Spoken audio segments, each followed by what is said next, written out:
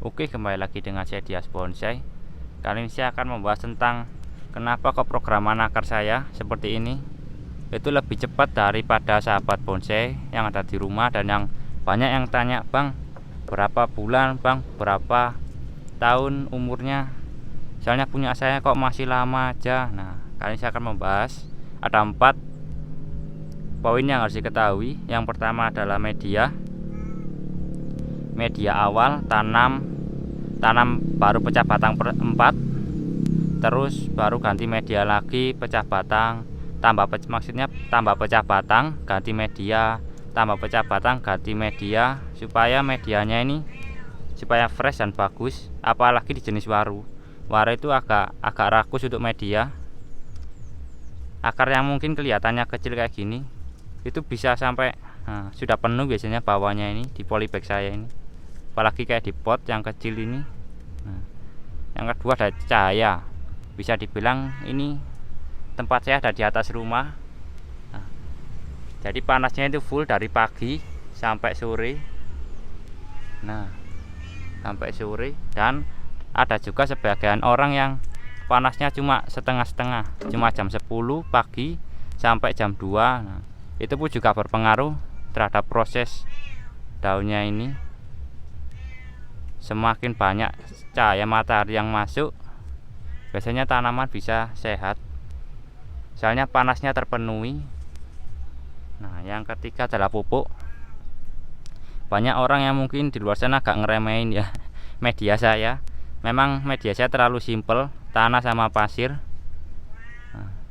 Dan pasirnya pun juga bukan pasir Malang, jadi ini pasir bangunan atau pasir sungai. Tanahnya pun juga ada yang tanah humus dan ada yang tanah-tanah biasa. Dan karena media saya ini media biasa, jadi saya ngakalinya pakai pupuk. Karena kalau di media itu dia cuma mencari unsur-unsur atau hal-hal yang dibutuhkan tanamannya cuma sedikit, terbatas lah, cuma segini aja. Dan apalagi media saya tanah pasir, beda lagi kalau ada campuran pupuk kandang sama sekam bakar, mungkin agak sedikit membaik lah. Maka itu saya akalin pakai pupuk, entah itu pupuk kimia atau pupuk organik, yaitu terserah sahabat bonsai mau ngakalinya pakai apa. Karena di media ini terbatas unsur-unsurnya tadi, makanya diakalin pakai pupuk supaya pertumbuhannya lebih cepat. Kalau sahabat bonsai takut pakai pupuk kimia, saya anjurkan untuk pakai pupuk organik ya. Yang penting berbau-bau pupuk supaya pertumbuhan dan lebih cepat dan lebih sehat. Yang keempat atau yang terakhir yaitu teknik rahasia. Teknik rahasia sebenarnya saya simple. Kayak gini, daunnya saya utuhin. Ada sebagian yang mati dan ada yang sebagian yang hidup. Memang sedikit terlalu diremehkan lah ya, bukan sedikit. Bang, kenapa kok daunnya kok diutuhin? Padahal kan bisa kayak gini, ini mati, layu, daunnya mati semua. Kelihatannya simple dan sering diremehin, tapi ini menurut saya ini sangat berpengaruh besar ya. Karena bisa dibilang ini ada starter awal. Kalau menurut saya starter awal itu ada 2. Yang pertama akar, yang kedua adalah daun. Contohnya kayak ini. Sahabat bonsai pasti sudah tahu kalau lihat video saya yang sebelum-sebelumnya. Ini adalah di video sebelumnya itu ada cara menanam bahan bonsai program akar. Bahannya pakai ini. Ini habis ganti media terus tanam di sini, itu daunnya saya utuhin, nggak saya kurangin. Ini umur 2 mingguan kurang lebih, daunnya masih utuh, nggak ada yang layu. Memang ada sebagian yang kita gambling, saya gambling lah, ada yang utuh itu rezeki, dan ada yang mati kayak tadi, daunnya nggak ada. Ada yang utuh. Kalau yang utuh ini bisa dibilang untung.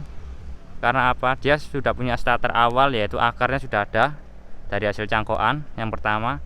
Yang kedua daun. Beda lagi kalau yang seperti ini. Sebentar. ini agak berantakan.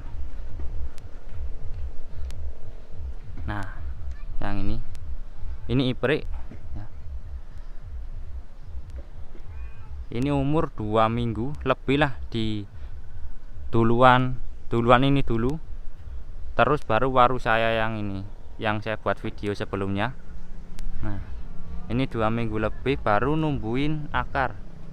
Sama-sama punya starter awal akar, bawahnya itu sudah ada akarnya, jadi bukan stek, ini cangkok. 2 minggu lebih baru numbuhin daun segini.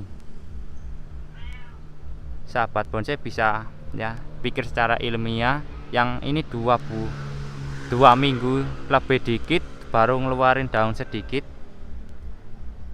dan yang ini sudah 2 mingguan, daunnya sudah sehat, besar, langsung bisa bekerja ya, fotosintesis untuk pertumbuhan akar yang di bawah, program akar. Dan yang ini baru numbuhin daun yang kecil-kecil ya, saya nggak tahu ini bisa bekerja apa enggak, soalnya kan biasanya kan tanaman itu membutuhkan tanaman yang baru tanam itu biasanya ada 2, mau numbuhin akarnya dulu atau numbuhin daunnya. Nah, kalau numbuhin akarnya dulu berarti daunnya berhenti, numbuhin akar, baru setelah akarnya sudah tumbuh terus numbuhin atasnya. Itu pun juga membutuhkan waktu yang mungkin sekitar 1 bulan atau lebih. Kalau yang waru ini beda. Kalau waru ini dia cuma mengembalikan yang daun stres. Daun stres. Nah, ini contoh daun yang stres. Ntar kalau sudah 2 minggu, daunnya pasti akan kembali kayak yang atas. Memang ada daun-daun yang mati kayak gini, itu dibiarin aja. Yang penting medianya dan kelembapannya dijaga. Nah, kalau 2 minggu nanti bisa kayak gini, seger daunnya. Kalau daunnya sudah ada, kemungkinan besar dia akan numbuhin akarnya, memperbanyak akar, dan juga memperbaiki luka-luka yang di sini. Nah, mungkin kelihatannya simple untuk menjaga daun, tapi ini agak sulit. Nah, dan perkiraan waktunya pun nggak terlalu jauh. Cuma kalau dia bisa seger terus, kasih pupuk, media bener, cahaya pas, dia akan jauh lebih cepat dibandingkan iprik yang tadi, yang dipotong del kayak gini, daunnya dihilangin semua. Nah, itu jauh akan lebih lama. Oke, jadi Bang, gimana sih caranya supaya tahu ini teknik rahasia atau bukan, atau gimana caranya supaya saya dapat teknik rahasia ini? Nah, sebenarnya nggak bisa dibilang simple, karena harus ada pengalaman, jam terbang juga, terus dan yang terpenting adalah amati, tirukan, modifikasi. Banyak orang yang di luar sana atau sahabat bonsai yang nonton saat ini itu kebanyakan cuma mengamati aja tanpa ada tindakan. Nah, mana amati, tirukan. Nah, habis diamati, lihat di channel YouTube, terus langsung tirukan di rumah. Entah itu program akar seperti apa, tapi coba tirukan, cari tahu kebenarannya, apakah ini benar program akarnya seperti ini, gimana rentetan turutannya A sampai Z, gimana cara membuat program akar yang jelek bisa jadi bagus, yang bagus jadi lebih bagus. Nah, yang ketiga ini modifikasi. Modifikasi ini nggak sembarang orang bisa, harus tahu, amati dulu, tirukan, baru bisa modifikasi. Maksud dari modifikasi ini kita harus tahu dari channel si A program akar, dari si channel si B program akar, dari channel si C program akar. Sudah kita lihat ketiga-tiganya, kita harus tahu kelebihan si A ini apa, kelebihan si B ini apa, kelebihan si C ini apa. Sesudah itu kita harus diskusikan, entah itu dengan sahabat bonsai-bonsai lain atau teman-teman bonsai yang lain. Kita harus cari tahu juga kelemahan saya ini apa, kelemahan sahabat bonsai ini apa.